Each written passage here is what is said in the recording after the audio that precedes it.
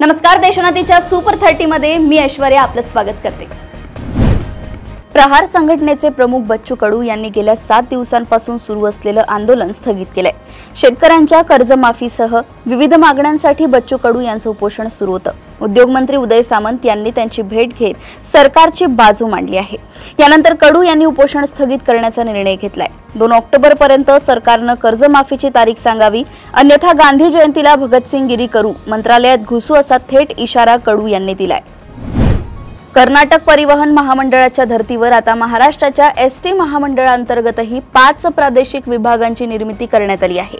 परिवहन मंत्री तथा एसटी महामंडळाचे अध्यक्ष प्रताप सरनाईक निर्देशानुसार हे जाहीर करण्यात आले। महामंडळाचे सुनियोजन व निर्णयाचे विकेंद्रीकरण करण्याच्या हेतूने हा निर्णय घेण्यात आल्याचं सांगितलं जात आहे। पुण्याला मित्राकडे जात आहे असं सांगून निघालेल्या नांदेडच्या एका वृत्तपत्र विक्रेत्याची जालना येथे हत्या झाल्याची घटना समोर आली आहे। आरोपीचा गळा आवळून आणि डोक्याला पाठीमागील बाजूस धारदार वस्तूने मारून त्याची हत्या केल्याचं समोर आलंय। या प्रकरणी जालन्याच्या स्थानिक गुन्हे शाखेने मृताची ओळख पटवून एका मारेकऱ्याला जेरबंद केले। चोरीच्या उद्देशाने आरोपीने हत्या केल्याचा संशय पोलिसांकडून व्यक्त केला जातोय।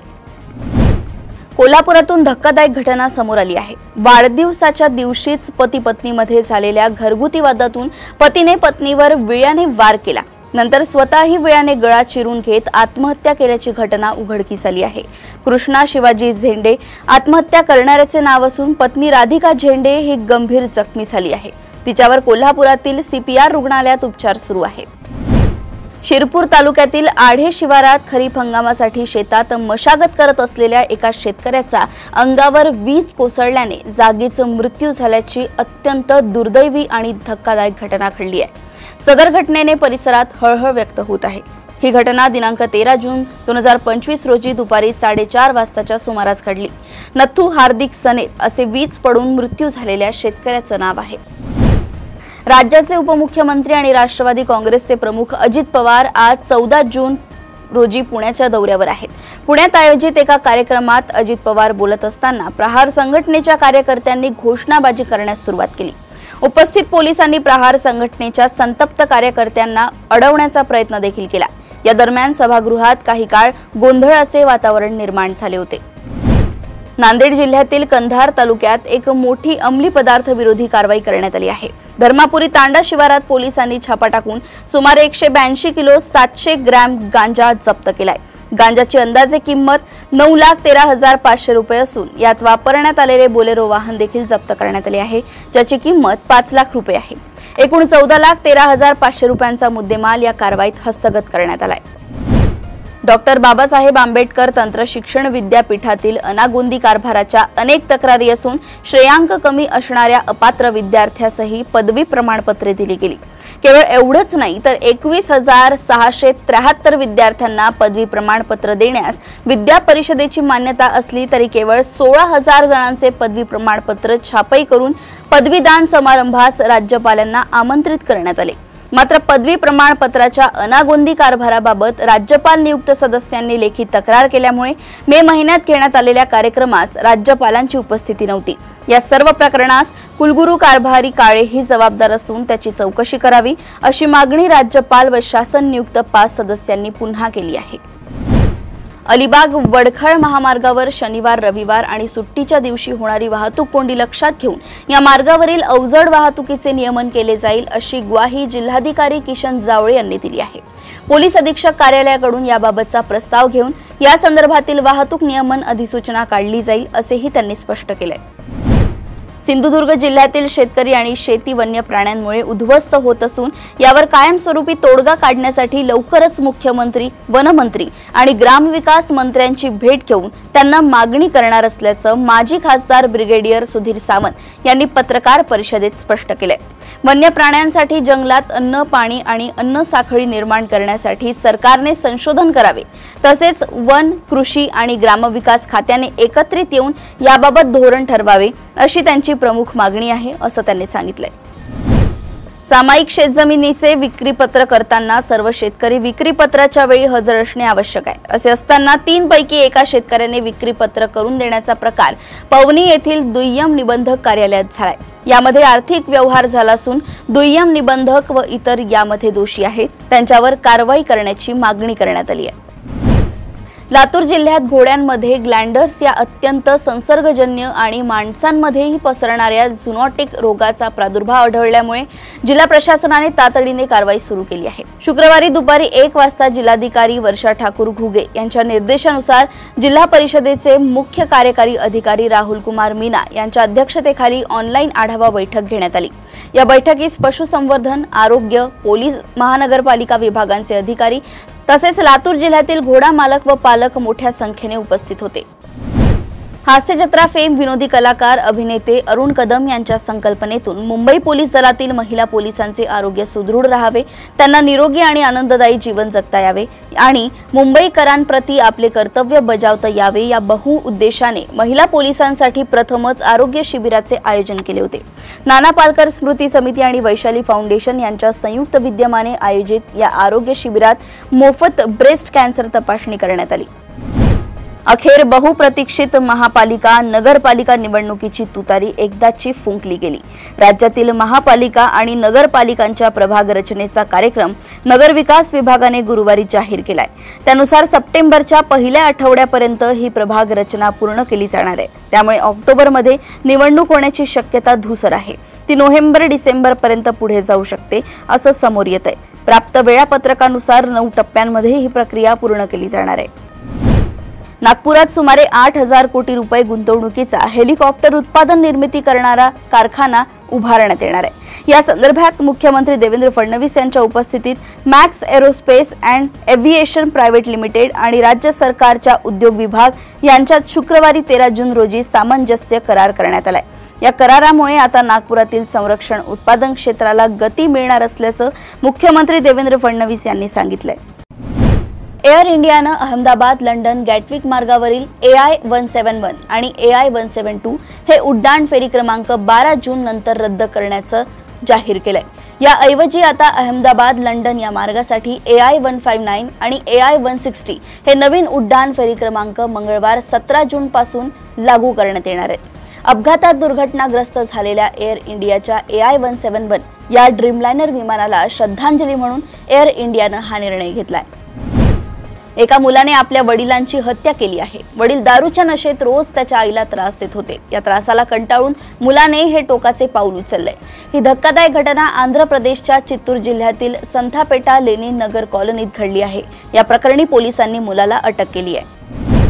बिहार निवडणुकीत जागा वाटपाबाबत NDA मध्ये अद्याप कोणतीही औपचारिक बैठक झालेली नाही, परंतु भाजपच्या विश्वसनीय सूत्रांनुसार 243 जागांपैकी भाजपाला 102 जागा, JDUला 102 जागा, चिराग पासवान यांच्या पक्षाला 28 जागा, जितन राम मांझी यांच्या पक्षाला 7 जागा आणि उपेंद्र कुशवाहा यांना 4 जागा मिळतील असा निर्णय घेता येईल असा फॉर्म्युला आहे। आता असंही म्हटलं जातंय की जर चिराग पासवान सहमत झाले नाहीत तर JDU आणि भाजप प्रत्येकी 1 जागा गमावू शकतात आणि चिराग यांना 30 जागा मिळू शकतात। अहमदाबादेत अतिशय भयानक विमान अपघात घडला। यातून फक्त 1 प्रवासी बचावला, बाकी सगळ्यांना आपला जीव गमवावा लागलाय।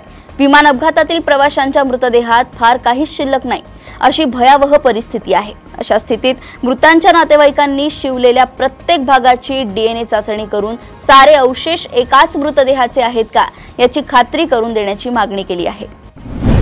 अहमदाबादमध्ये झालेल्या विमान दुर्घटनेत 241 प्रवाशांचा मृत्यू झाला होता। तसेच ज्या ठिकाणी विमान कोसळले तिथे स्फोट होऊन काहींचा मृत्यू झाला होता।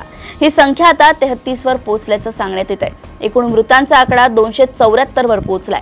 विमानाबाहेरील व्यक्तींचा दुर्घटनेत मृत्यू झाला असला तरी त्यांनाही 1 कोटीची मदत दिली जाणार असल्याचे टाटा ग्रुपने जाहीर केलंय। अमेरिकेचे राष्ट्राध्यक्ष डोनाल्ड ट्रम्प यांनी सार्वजनिक मंचावरून इस्रायलला इराणवर हल्ला न करण्याची तंबी दिली होती। जगात शांतता आणण्याचे आपले प्रयत्न असल्याचे ट्रम्प त्यावेळी म्हणाले होते। पण अमेरिकेने आवाहन केल्याच्या काही तासांनंतर इस्रायलचे पंतप्रधान बेंजामिन नेतन्याहू यांनी इराणच्या अणु प्रकल्पावर हल्ल्याची घोषणा केली। त्यामुळे ट्रम्प यांच्या प्रयत्नांना पहिलाच झटका बसलाय। शांतीदूत म्हणून मिळवण्याच्या त्यांच्या स्वप्नाला त्यांचा जवळचा मित्र नेतन्याहू यांनी सुरुंग लावलाय। अमेरिकेचे अध्यक्ष डोनाल्ड ट्रम्प यांनी चीनसोबत दुर्मिळ खनिजांसाठी महत्त्वाचा करार केलाय। अमेरिका आणि चीनमध्ये झालेला करार अनेकार्थांनी महत्त्वाचा आहे। नव्या करारानुसार चीन अमेरिकेला दुर्मिळ खनिज आणि चुंबकीय पदार्थांचा पुरवठा करेल। त्या बदल्यात अमेरिकेतील विद्यापीठे आणि महाविद्यालयांमध्ये चीनी विद्यार्थ्यांना प्रवेश देण्यात येईल। ट्रम्प यांनी त्यांच्या सोशल मीडिया साइट ट्रूथ सोशलवर याबद्दलची माहिती दिली आहे। दहशतवादाच्या मुद्द्यावर पाकिस्तानला जगात एकटं पाडण्याचा प्रयत्न भारताकडून होत असतानाच पाकिस्तानचे लष्कर प्रमुख सय्यद असीम मुनीर यांना अमेरिकेच्या आर्मी डे साठी प्रमुख पाहुणे म्हणून निमंत्रित केल्याचं वृत्त अनेक पाकिस्तानी प्रसार माध्यमांनी प्रसिद्ध केलं होतं। मात्र हे वृत्त खोटं असल्याचं व्हाईट हाऊसने स्पष्ट केलंय। अमेरिकन लष्कराच्या परेडसाठी आसिम मुनीर यांना प्रमुख पाहुणे म्हणून निमंत्रित केलं नाही असं व्हाईट हाऊसने स्पष्ट केलंय। नॅशनल टेस्टिंग एजन्सीने मेडिकलसाठीच्या घेतलेल्या नीट यूजी 2025 चा रिझल्ट आज जाहीर झालाय। या वेळेच्या यादीत राजस्थान, दिल्ली आणि महाराष्ट्रातील विद्यार्थ्यांचा दबदबा आहे। राजस्थानचा महेश कुमार पहिला, मध्य प्रदेशचा उत्कर्ष अवधिया दुसरा तर महाराष्ट्रातील कृषांग जोशी याचा तिसरा क्रमांक आलाय।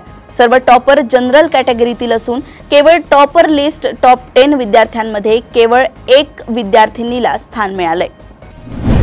Mumbai rising creating and international education city या महाराष्ट्र सरकारच्या उपक्रमांतर्गत 5 जागतिक स्तरावर प्रसिद्ध परदेशी विद्यापीठांना मुंबई आणि नवी मुंबईत त्यांच्या कॅम्पसची स्थापना करण्यासाठी इरादापत्रे अधिकृतपणे प्रदान केली जाणार आहेत। त्यामध्ये ॲबरडीन विद्यापीठ, यॉर्क विद्यापीठ, वेस्टर्न ऑस्ट्रेलिया विद्यापीठ, इलिनॉय इन्स्टिट्यूट ऑफ टेक्नॉलॉजी आणि इन्स्टिट्यूटो युरोपियो दी डिझाइन या विद्यापीठांचा समावेश आहे। देशभरातील फार्मसी अभ्यासक्रमांच्या पहिल्या वर्षांच्या प्रवेशांना गेल्या 3 वर्षांमध्ये यंदाही विलंब होण्याची शक्यता आहे।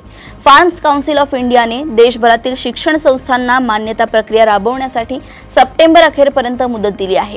प्रवेश परीक्षांचा निकाल जाहीर झाला तरी मान्यता प्रक्रिया होत नाही, तोपर्यंत प्रवेश प्रक्रियेला अडचण येणार आहे। स्पेसएक्सने 12 जून रोजी रात्री वॅन्डनबर्ग स्पेस फोर्स बेसवरून 26 नवीन स्टारलिंक उपग्रह यशस्वीपणे प्रक्षेपित केले। फाल्कन 9 रॉकेटच्या 72व्या मिशननं स्टारलिंक नेटवर्कला बळकटी दिली, ज्यामुळे जागतिक इंटरनेट कव्हरेज वाढणार आहे। या मिशनमुळे स्पेसएक्सच्या स्टारलिंक मेगा कॉन्स्टेलेशनमधील सक्रिय उपग्रहांची संख्या 7600 पेक्षा जास्त झाली आहे।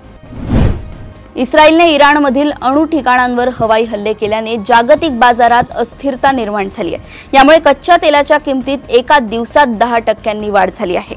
30 मे 2025 रोजी कच्च्या तेलाचे दर $62 प्रति बॅरल इतक्या खाली घसरले होते, मात्र यात वाढ होत ते $78 प्रति बॅरलवर पोहोचले आहेत। शेअर बाजारातही मोठी घसरण झाली आहे। शेअर बाजाराने गेल्या 6 महिन्यात गुंतवणूकदारांना 0% रिटर्न्स दिले आहेत। प्रसिद्ध अभिनेत्री हिना खाननं काही दिवसांपूर्वी बॉयफ्रेंड रॉकी जयस्वाल सोबत लग्न केलं। कोर्ट मॅरेज नंतर दोघांना इंडस्ट्रीतल्या मित्रमैत्रिणींसाठी पार्टी आयोजित करायची होती, पण आता अहमदाबाद घटनेमुळे त्यांनी ही पार्टी पुढे ढकलली आहे। अहमदाबादमध्ये एअर इंडियाच्या विमानाचा अपघात झाल्यामुळे तिनं ही पार्टी रद्द केली।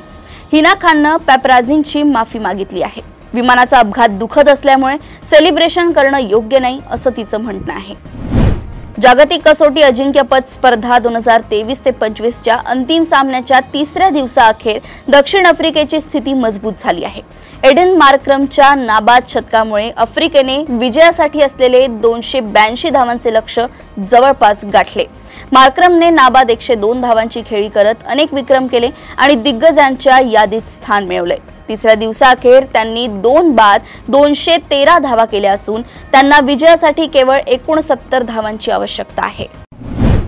अशाच सुपर 30 बातम्या जाणून घेण्यासाठी बघत रहा देशोन्नती। नमस्कार।